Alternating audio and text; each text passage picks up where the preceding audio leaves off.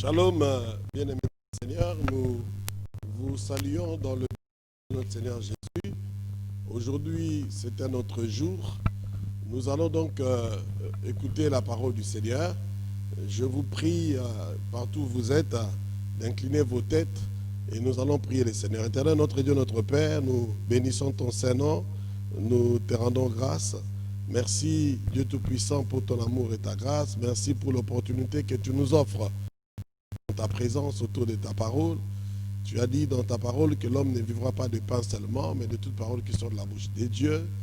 Voilà pourquoi, Seigneur, notre Dieu, nous sommes devant toi. Nous voulons que tu puisses entretenir nos âmes au travers de ta parole. Merci, Seigneur, notre Dieu, au-delà de nourrir nos âmes, de nous éclairer, Seigneur, notre Dieu, dans ce monde enténébré. Comme il est écrit, ta parole est une lampe à mes pieds, une lumière sur mon sentier. Que donc, Seigneur notre Dieu, cette parole nous apporte une lumière supplémentaire, Seigneur notre Dieu, nous aidant dans notre marche dans ce monde enténébré. Bénis, Seigneur, cette parole. Nous voulons, ô Dieu de gloire et de bonté, la recevoir avec humilité. Nous voulons, Seigneur notre Dieu, que cette parole soit plus qu'une information, qu'il produise une transformation. Cela étant dit, Seigneur notre Dieu, nous croyons que par le Saint-Esprit, nous aurons la force de pouvoir bouleverser nos vies, changer nos vies et vivre conformément à ta parole. Et cela dans le nom puissant de notre Seigneur Jésus-Christ. Nous disons Amen. Voilà. Bien-aimés dans le Seigneur, nous sommes heureux d'être avec vous encore aujourd'hui. Nous allons donc ouvrir nos Bibles et nous allons lire dans 2 chapitre 5, le premier verset au 8e verset. La Bible dit, toutes les tribus d'Israël vinrent auprès de David à Hébron et dirent, voici, nous sommes tes os et ta chair. Voici, nous sommes tes os et ta chair.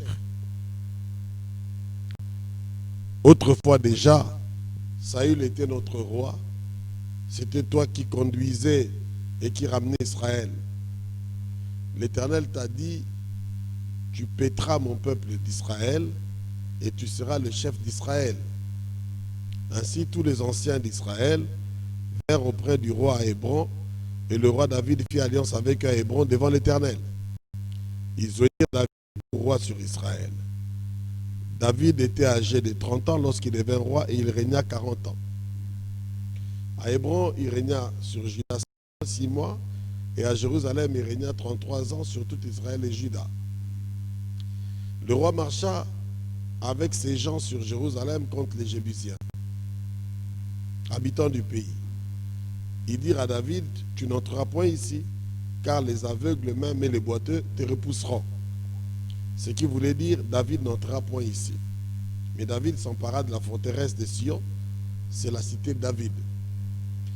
David avait dit en ce jour, quiconque battra les Jébusiens et atteindra les canals, quiconque frappera ces boiteux et ces aveugles, qui sont les ennemis de David. C'est pourquoi l'on dit, l'aveugle et le boiteux n'entreront point dans la maison. L'aveugle et le boiteux n'entreront point dans la maison. Le titre de notre message de ce jour, c'est l'aveugle, ou sinon les aveugles et les boiteux. Les aveugles et les boiteux. Alors, bien aimés dans le Seigneur, la Bible nous dit ici que toutes les tribus d'Israël sont venues faire alliance avec David à Hébron. Nous savons que selon 1 Samuel chapitre 16, le premier verset, le 13e verset, nous savons que David avait déjà reçu l'onction royale lorsque Samuel, mandaté par l'Éternel, a renversé le contenu de sa fiole d'huile, que dis-je, de la corne d'huile sur la tête de David. C'est à cette occasion qu'il a reçu l'onction royale, car il est clair que Dieu l'a envoyé pour aller oindre un roi. Pourtant, David ne règne pas sur Israël à partir de ce moment. Il ne règne pas sur Israël. Il y a eu un certain nombre d'événements, il a rencontré un certain nombre d'oppositions, jusqu'à ce que Dieu ait rappelé Saül et Jonathan, et c'est donc en ce moment-là que David va recevoir l'onction, sinon la reconnaissance pour régner sur Juda. 2 Samuel chapitre 2, le verset 4. Et il a régné sur Juda pendant 7 ans et 6 mois. Pendant ce temps, il y avait Ishbosheth qui régnait sur le reste d'Israël. La Bible nous dit ici, dans notre texte, que les 11 tribus qui ne s'étaient pas soumis à l'autorité de David se sont finalement rapprochés de David. Et bien aimé dans le Seigneur, les paroles que les anciens d'Israël expriment ici sont des paroles très fortes. Parce qu'au travers de ces paroles, je réalise que malgré qu'ils ont fait 7 ans et 6 mois de résistance, ils savaient bien que c'était David qui régnerait sur tout Israël. Ils le savaient bien. J'ai dit à celui qui est sous le ton de ma voix,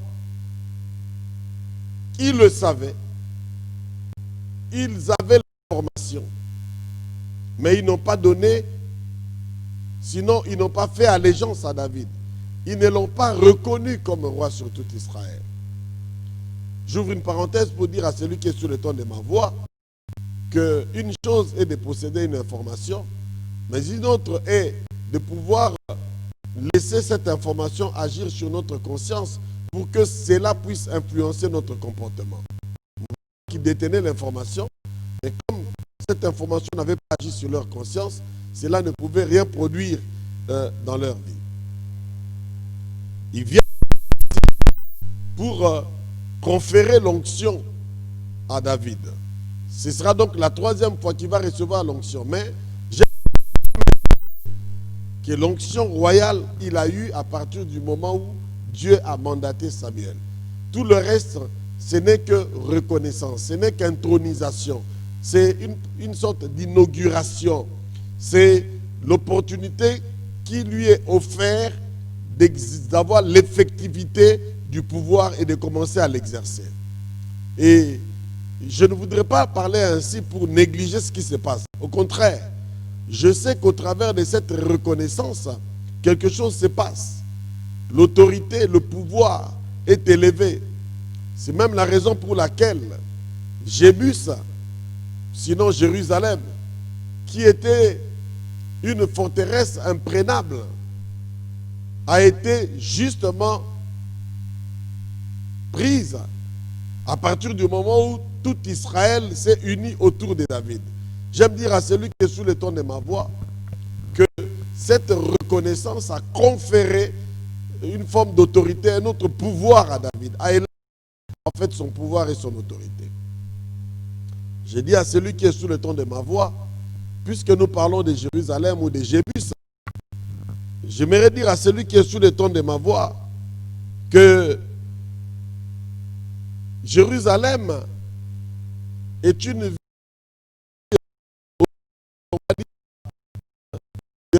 de Morija. Et cette ville de Jérusalem est une forteresse naturelle. Parce que tout comme Jérusalem, tout autour, il y a des falaises abruptes. Il y a des falaises abruptes. En fait, donc, cette cité soit entourée de presque partout, je dis bien de presque partout, des falaises abruptes, faisait d'elle une forteresse naturelle. Et c'est même la raison pour laquelle et sa position stratégique, c'est justement à cause de cela que les Jébusiens pouvaient prétendre que David ne pouvait pas faire tomber leur cité. C'est la raison pour laquelle les Jébusiens pouvaient ironiquement dire à David que même les aveugles et les boiteux le repousseraient.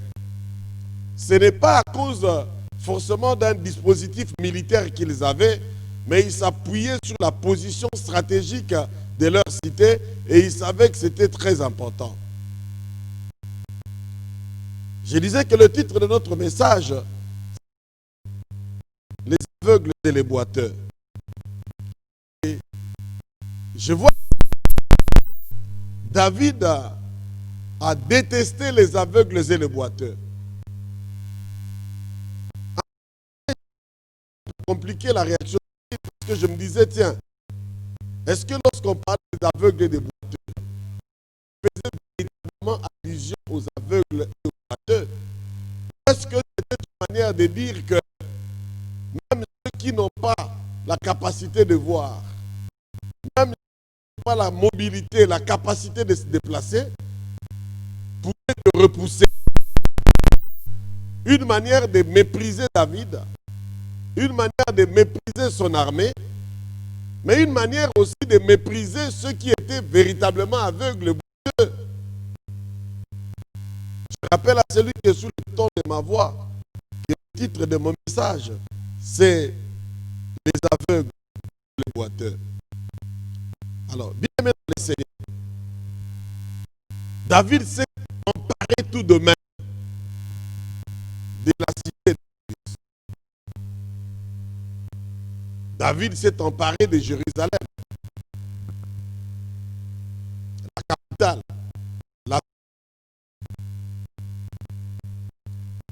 J'ai dit à celui qui est sous le ton de ma voix, mais qu'est devenu finalement cette déclaration que David avait faite, à savoir, les aveugles et les boiteux n'entreront pas dans la maison?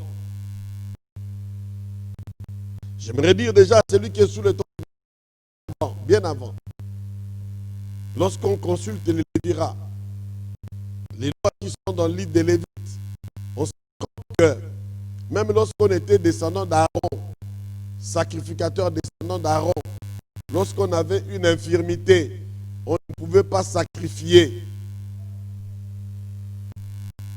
Mais nous voyons également que même lorsqu'on était sacrificateur descendant d'Aaron et qu'on n'avait pas d'infirmité ou de défaut, mais lorsque la bête à offrir avait une infirmité, un défaut, cette bête n'était pas, ou sinon ne pouvait pas être offerte à Dieu.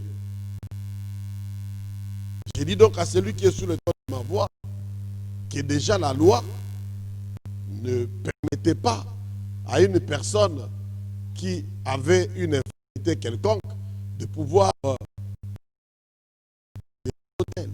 En même temps, on ne pouvait rien offrir sur l'autel qui avait des imperfections. Mais ici, David dit, les boiteux et les aveugles n'entreront pas dans ma maison. Ma maison. Curieusement, lorsque nous allons dans 2 Samuel, le chapitre 9, le verset 3 à 7, nous découvrons que David s'est renseigné concernant les descendants de Jonathan. Et il s'est trouvé qui était perclus des pieds et qui s'appelait Méphibosheth. Il a demandé qu'on aille le... Il a demandé qu'on le ramène. La Bible dit clairement que Méphibosheth avait un double handicap. Des pieds. Il boitait de 2 pieds. Pourtant, David cherche à ce que Méphibosheth vienne à sa maison. J'ai dit à celui qui est sous le ton de ma voix que David cherche Méphibosheth pour lui faire, alors qu'il avait déclaré que les aveugles et les boiteux n'entreront pas dans ma maison. Ce n'est même pas un aveugle qui frappe à la porte de sa maison, mais c'est lui-même qui cherche, ou sinon qui envoie chercher un aveugle et un boiteux pour qu'on les ramène chez lui à la maison. J'ai dit à celui qui est sous le ton de ma voix, lorsque j'étais en train de lire ce texte, je me suis dit, qu'est-ce que ceci veut dire? Sinon, que cela exprime la grâce la faveur. Oui, bien aimé, la grâce, c'est défini comme une faveur imméritée, selon les principes établis, selon les principes que lui-même avait édictés. Les aveugles et les boiteux ne pouvaient entrer dans la maison, mais c'est lui-même qui va presque à l'encontre de ces principes. C'est-à-dire, il accorde sa grâce, il accorde une faveur que ces gens n'ont pas méritée. Il invite ce boiteux à entrer dans sa maison. Il lui convie à manger à sa table. Il propose de lui redonner tout ce qui avait appartenu à son père et même à son grand-père Saül. C'est ici le lieu de dire à celui qui est sur le ton de ma voix que David, non seulement qu'il est fidèle, il est loyal par rapport à l'alliance qu'il a faite avec Jonathan, mais ce qui est encore plus puissant dans la vie de cet homme, c'est que David n'a pas d'amertume, n'a pas de ressentiment. Oui, pendant une bonne partie de son existence, sa vie était en danger parce que Saül cherchait à tout prix à mettre fin à ses jours. Mais malgré cela, il ne se souvient pas, il n'a pas le souvenir des mauvais traitements qu'il aurait subis. Je vais dire, même si la Bible ne le dit pas clairement, il avait certainement accordé son pardon à Saül. C'est la raison pour laquelle il pouvait bien penser à un petit-fils de Saül, à un descendant de Jonathan. Si il pouvait agir conformément à l'alliance qu'il avait faite avec Jonathan pour pouvoir faire du bien à Méphibosheth, mais pour redonner à Méphibosheth ce qui aurait appartenu à Saül, c'était parce qu'il avait accordé son pardon, parce qu'il n'avait pas de ressentiment. J'ouvre une parenthèse importante pour dire à celui qui est sur le ton de ma voix que nous devons pardonner. Nous ne devons pas entretenir le souvenir des mauvais traitements que nous avons subis. La Bible dit, veillez à ce que personne ne se prive lui-même de la grâce de Dieu. Bien-aimé, lorsque tu as la mer, les ressentiments dans ton cœur, tu te prives toi. Tu es donc double fois victime. Tu as été victime peut-être d'une injustice, mais tu seras victime parce que tu te seras privé de la grâce de Dieu. Et ici, David est là. Il n'a pas entretenu ce mauvais souvenir. Il a regardé vers l'avant. Il a pris les choses du bon côté et il s'est retrouvé tout de même redevable vis-à-vis de Méphibosheth au travers de son alliance avec Jonathan. Bien-aimés dans le Seigneur, nous disons que le titre de notre message, c'est que les aveugles et les boiteux n'entreront pas dans ma maison. Mais ici, nous voyons qu'il y a un boiteux, même quelqu'un qui est 2 fois boiteux, qui entre dans la maison. Non seulement dans la maison, il entre dans la même pièce, dans la salle, là où se trouvait David. Il allait manger à la même table. Et c'était justement l'expression de la grâce de Dieu. L'expression de la grâce de Dieu. J'aime ma voix que David a fait preuve d'une grande en faveur de Méphibosheth. Et j'aimerais dire à celui qui est sur le ton de ma voix, c'est de la même manière. C'est vrai que les aveugles et les boiteux ont été présentés comme des personnes qui se sont opposées quelque part à David. Ils ont été présentés comme des personnes qui se seraient opposées à David. Mais après, David a fait grâce. J'ai dit à celui qui est sur le ton de ma voix, de la même manière, nous nous sommes opposés à Dieu, de quelque manière que ce soit. J'aime prendre l'exemple de Paul. Opposé, jette sur lui.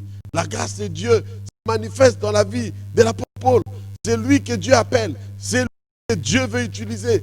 C'est lui que Dieu utilise dans tous les dons spirituels. C'est lui que Dieu utilise pour son église, pour l'établissement de son église. Bien-aimé dans le Seigneur, il a été utilisé par Dieu et nous a donné un enseignement puissant sur l'église, sur son organisation, sur sa marche. Tout cela, une personne qui a combattu même les disciples du Seigneur Jésus-Christ, qui a combattu l'église naissante. Voilà l'expression de la grâce de Dieu. Où que tu sois, bien-aimé dans les Seigneurs, où que tu sois, quel que soit ce que tu avais fait dans le passé, sache que la grâce de Dieu est là. Elle est encore disponible pour que, si tu te laisses embrasser, j'allais dire enveloppé par la grâce de Dieu, tu puisses passer, changer qualitativement et quantitativement des vies. J'ai dit à celui qui est sur le ton de ma voix, que les boiteuses et les aveugles n'entreront pas dans la maison. Les boiteuses et les aveugles n'entreront pas dans la maison. Curieusement, j'observe que Jésus-Christ. Jésus-Christ. Lui, que d'ailleurs, dans ma Bible, l'on appelle fils de David. Bartimée crie à Jésus. Bartimée crie à Jésus. Et il dit, fils de David, fils de David. Un aveugle dans le Seigneur a crié au fils de David. Il a crié pour que le fils de David puisse avoir pitié de lui. Des personnes tout autour du fils de David étaient en train de vouloir à cela, venant de la parole du Seigneur, peut-être en se disant que les aveugles n'avaient pas accès à s'approcher de David, pas du fils de David. David lui-même, le fils de David, lui a laissé la voie ou a permis à ce qu'il s'approche de lui. Et vous le savez tous, Bartimée a retrouvé la vue. Je suis en train de dire à celui qui est sous le ton de ma voix, si David a accordé sa grâce aux aveugles et aux boiteux, à combien plus forte raison le fils de David? Oui, bien-aimé dans le Seigneur, je vois dans la parole du Seigneur dans Matthieu chapitre 11, le verset 5, que le Seigneur entre dans ce monde et fait exactement le contraire de ce que les gens pouvaient s'attendre. C'est-à-dire, il visite les aveugles qui recouvrent la vue. Il visite les boiteux également qui reçoivent leur miracle et peuvent marcher. J'ai dit à celui qui est sur le ton de ma voix, si David a fait preuve de grâce, a manifesté sa grâce, à combien plus forte raison le fils de David? J'ai dit à celui qui est sur le ton de ma voix, que le qui est il est venu dans ce monde plein de grâce et de vérité, plein de grâce. Qu'il est venu plein de grâce. Voilà pourquoi il fait grâce aux aveugles et aux boiteux d'aujourd'hui. Qui sont aveugles? Qui sont boiteux? Lorsque je lis la parole du Seigneur, je me rends compte que les aveugles, c'est un peu les ignorants du salut. Les aveugles, c'est les ignorants du salut. Pourquoi je l'ai dit? Simplement parce que ma Bible, dans Actes 26, le verset 18, Actes chapitre 26, le verset 18 nous dit ceci: afin que tu leur ouvres les yeux pour qu'ils parlent et de la puissance de Satan à Dieu, pour qu'ils reçoivent par la foi en moi le pardon des péchés et l'héritage avec les sanctifiés. Du milieu,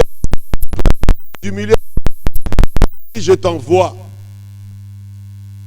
Dieu envoie Paul au milieu des païens. Pourquoi? Pour qu'il leur ouvre les yeux. Cela veut dire que leurs yeux étaient fermés. Ils ne pouvaient pas voir. Et pour qu'ils passent des ténèbres à la lumière, de la puissance de Satan à Dieu, et pour qu'ils puissent recevoir par la foi le pardon des péchés et l'héritage avec les sanctifiés. Donc ici, nous disons que les aveugles, ce ne sont pas forcément les non-voyants naturels, mais il s'agit de ceux qui sont ignorants du salut.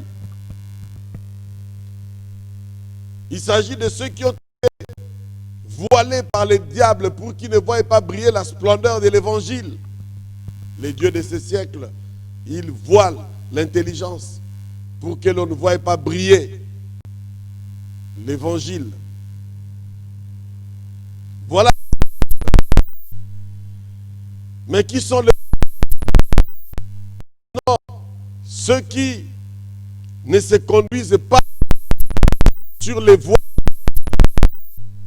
Je parle ici de ceux qui ne se conduisent pas sur les voies du Seigneur, sur les pistes du Seigneur. C'est des boiteux. Ma Bible me dit dans chapitre 13 ceci. Épître aux Hébreux, chapitre 12, de verset 13. Il dit, et suivez avec vos pieds des voies droites. Suivez avec vos pieds des voies droites. afin que ce qui est boiteux ne dévie pas, mais plutôt se raffermisse. Suivez avec vos pieds des voies droites, afin que ce qui est boiteux ne dévie pas, mais plutôt se raffermisse. J'ai dit à celui qui est sous le ton de ma voix, les aveugles et les boiteux sont ceux qui sont ignorants du salut et ceux qui ne se conduisent pas dans les sentiers de Dieu, dans les voies de Dieu. Disons vulgairement, ceux qui ne se conduisent pas bien, ceux qui ne marchent pas bien. Voilà les aveugles. Ces aveugles-là, certes qu'ils n'avaient peut-être pas accès à la maison de David. Ils n'avaient pas accès à la maison de Dieu. Jésus a dit, ma maison. Le fils de David a dit, ma maison. Et quand David dit, ne rentrons pas dans ma maison, c'est vrai, il s'agit de ça. Il s'agit également de la maison de Dieu. J'ai dit à celui qui est sur le ton de ma voix que le fils de David est venu justement pour changer les choses.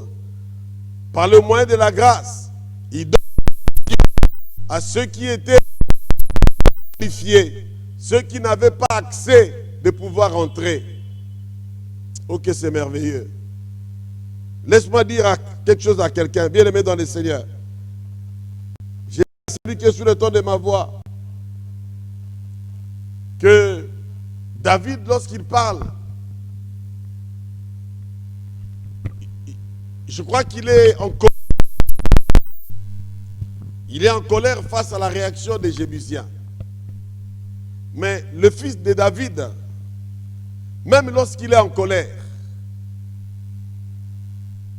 la grâce qui l'accompagne, la grâce qui est avec lui, la grâce qu'il manifeste lui-même, fait tout de même du bien aux boiteux et aux aveugles. Voilà pourquoi il dit dans Matthieu chapitre 12, que dis-je, Matthieu chapitre 21, le verset 12 à 14. Jésus entra dans le temple de Dieu et chassa dehors tous ceux qui vendaient et qui achetaient dans le temple. Et il renversa les tables des changeurs et les sièges de ceux qui vendaient les colombes. Et leur dit, il est écrit, ma maison sera appelée une maison de prière. Ma maison. David avait dit, les boiteuses et les aveugles n'entreront pas dans ma maison. Jésus dit, ma maison sera appelée une maison de prière. Mais vous, vous en avez fait une caverne de voleurs. Les aveugles et les boiteux vinrent à lui dans le temple et il les guérit. Les aveugles et les boiteux sont venus à lui dans les temples. Les aveugles et les boiteux sont entrés dans sa maison. Il était fâché peut-être contre ceux qui profanaient les temples, mais son cœur était gros. Les aveugles et les boiteux pour les accueillir. J'ai dit à celui qui est sous le ton de ma voix, rien n'empêche au Seigneur de pouvoir te recevoir dans sa présence. Quelles que soient tes faiblesses, quelles que soient tes fautes, lui il est là pour toi, pour faire du bien. Il est là pour que ta vie change d'orientation, pour que ta vie change de direction. Je suis en train de parler à celui qui est sous le ton de ma voix. Dans sa colère et son indignation, il a montré le zèle pour la maison de Dieu qu'il est dévoré, mais il a eu de la compassion. Il a eu de la compassion pour les aveugles et les boiteux. Jésus a de la compassion pour les aveugles et les boiteux. Jésus a de la compassion pour ceux qui sont ignorants du salut. Jésus a de la compassion pour ceux qui ne trouvent pas leur voie, ceux qui ne marchent pas dans le voie de l'Éternel. Il a de la compassion. Il est prêt à accueillir. Et encore aujourd'hui, je dis à celui qui est sur le ton de ma voix, ne t'auto-flagelle pas là où tu es. Ne te condamne pas toi-même. Oui, mon frère, ma soeur, il y a encore de la place. La porte est ouverte. Jésus-Christ est venu dans ce monde pour que quiconque croit, il est le Seigneur de quiconque. Il ne fait pas d'acception de personne. Il ne regarde pas à ta première condition. Au contraire, il veut que tu viennes à lui tel que tu es. Et c'est dans la suite que lui, il va changer ta vie. C'est dans la suite qu'il va changer ta condition. Oh, alléluia. Bien-aimé dans le Seigneur, je suis en train de parler à quelqu'un. J'ai dit, les boiteuses et les aveugles. Oui, les boiteuses et les aveugles qui étaient disqualifiés, qui étaient méprisés. ont eu de la valeur grâce à Jésus. C'est ce qui fait que dans Luc 14, le verset 21, Luc 14, le verset 21, la Bible dit alors, le maître de la maison, en colère, dit à son esclave, va-t'en promptement dans les rues et dans les ruelles de la ville et emmène ici les pauvres et les estropiés, les aveugles et les boiteux, les aveugles et les boiteux. Bien-aimés dans le Seigneur, il a organisé une fête, le maître de la maison, il a invité des personnes de tout Akabi, il a invité des personnes, mais toutes ces personnes qui ont été invitées ne sont pas venues.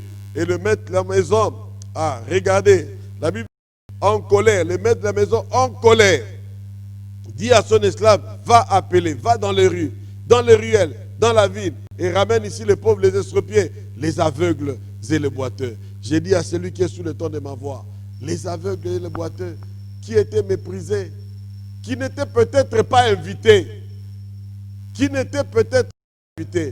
mais c'est eux qui sont venus. J'ai dit à celui qui est sous le ton de ma voix, la Bible dit, la lumière, lui, dans les ténèbres, mais les ténèbres ne l'ont point reçu. Jésus a dit lui-même, je suis venu pour les brebis perdues de la maison d'Israël. Puisque ceux de la maison d'Israël ne l'ont pas reçu, de la même manière que Joseph a été rejeté par les siens et a trouvé une épouse au pays des Égyptiens, de la même manière, Jésus a été rejeté par les siens. Et ce sont les païens, en fait. Ce sont ceux qui étaient aveugles. Ce sont les boiteux qui ont été participés au festin, à communier. Je suis en train de parler à celui qui est sous le ton de ma voix. Les aveugles et les boiteux qui n'avaient pas accès dans la maison peuvent entrer dans la maison grâce à Jésus. Les aveugles et les boiteux qui n'avaient pas accès aux promesses de l'Alliance peuvent bénéficier aux promesses de l'Alliance grâce à Jésus. Car de toutes les manières, ma Bible me dit que le mur mitoyen, les murs qui séparaient les Juifs, ceux qui étaient en alliance avec Dieu, et les païens, ces murs a été tombé. Ce qui fait que des deux, il a fait une seule chose. Bien-aimés dans le Seigneur, les aveugles et les boiteux.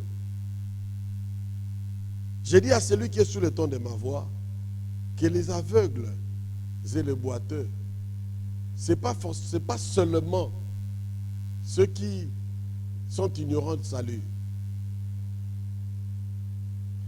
Les aveugles et les boiteux, c'est aussi ceux qui n'ont pas de perspective.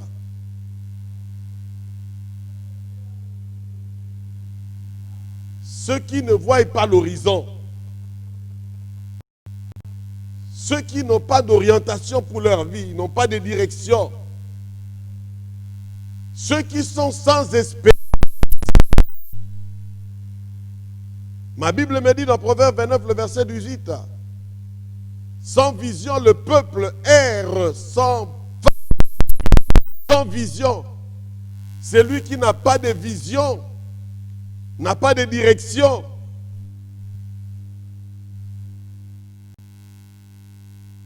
J'ai dit à celui qui est sous le ton de ma voix que la grâce de Dieu est là, elle est disponible aussi pour celui qui a connu Jésus, certes, mais dans sa vie pratique n'a pas de perspective. Certes que tu sais que tu vas aller au ciel, mais tu ne sais pas ce que tu devrais faire de ta vie pendant que tu es sur cette terre. Tu n'as pas de révélation.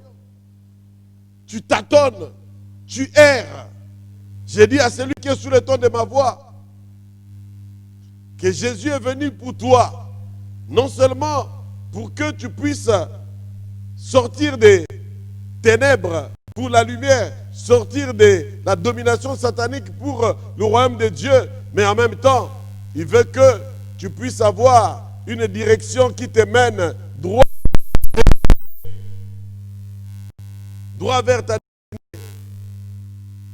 J'ai dit à celui qui est sous le ton de ma voix, si le fils, que dis-je, si David a voulu faire du bien à un boiteux, un doublement boiteux, j'ai dit à celui qui est sous le ton de ma voix que le fils de David, qui est plus grand que David, parce que on a l'impression que parce qu'on dit fils de David, il doit être plus petit que David. Mais je dis que le fils de David est plus grand que David. J'ai dit à celui qui est sous le ton de ma voix que le fils de David qui est plus grand que David est là aussi pour te faire du bien. David, qui est dans la mesure de ce dont il disposait. David ne pouvait faire le bien que dans la mesure de ses limitations. Mais les limitations, la Bible dit en lui habite corporellement toute la plénitude de la divinité. Et lorsqu'il se décide à te faire du bien, je te l'ai dit, il va te combler de ses bienfaits.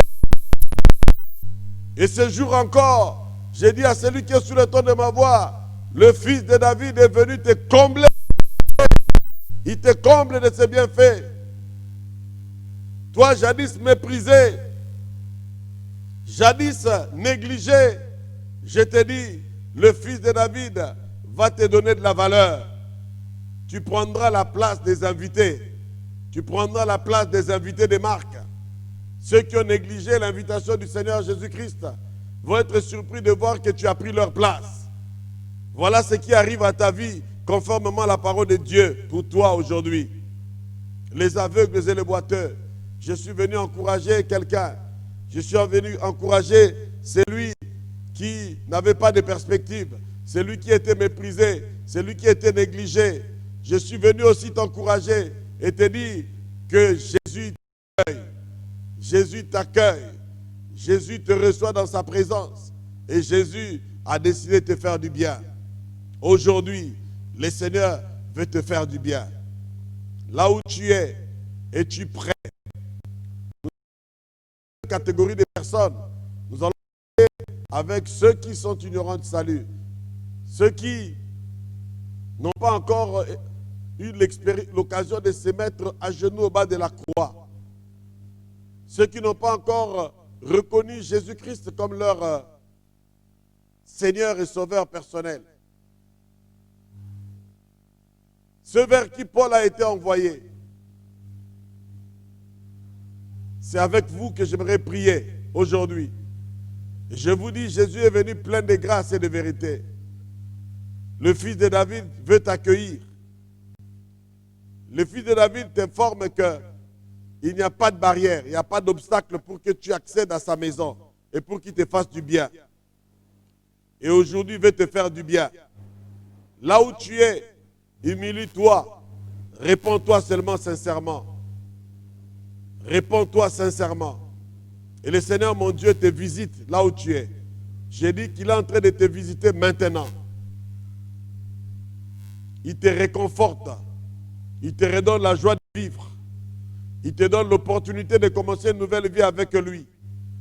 Il te donne l'opportunité de devenir un enfant de Dieu. Parce que tu as reçu la parole de Dieu aujourd'hui. Oh, que le Seigneur, mon Dieu, soit béni. J'ai prié également en faveur de ceux qui certes sont dans le Seigneur, mais qui naviguent à vue, qui n'ont pas de perspective. J'ai prié avec ceux qui constatent que leurs affaires ne marchent pas bien. Ils sont boiteux. Leurs affaires ne marchent pas bien. Et je déclare que aujourd'hui, à la faveur de cette parole, le fils de David est venu te faire du bien. Le fils de David est venu te faire du bien. Tu ne marcheras plus dans les ténèbres. Le Seigneur t'éclaire. Le Seigneur te parle clairement. Le Seigneur te montre le chemin à suivre. La Bible déclare, je t'instruirai, je te conseillerai, je te montrerai le chemin à suivre et j'aurai le regard sur toi. Le Seigneur Jésus ne veut pas que tu continues à marcher à tâtonnant. Le Seigneur veut que tu sois certain et que tu marches avec conviction vers une direction donnée. Et cette direction t'emmènera à entrer dans ta destinée. J'ai dit également à celui qui est sur le ton de ma voix, tes affaires ne marchent pas bien, ton foyer ne marche pas bien. Sur le plan relationnel, il y a des problèmes.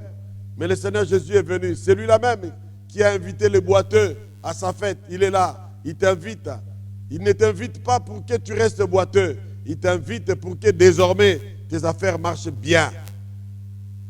Que tes relations marchent bien, fonctionnent. Que ton foyer marche bien. Que tout ce qui ne marchait pas bien commence à bien fonctionner. Voilà la bénédiction de l'Éternel pour toi aujourd'hui. Que le Seigneur, mon Dieu, vous bénisse tous. Au nom de Jésus, nous disons Amen, Amen, Amen.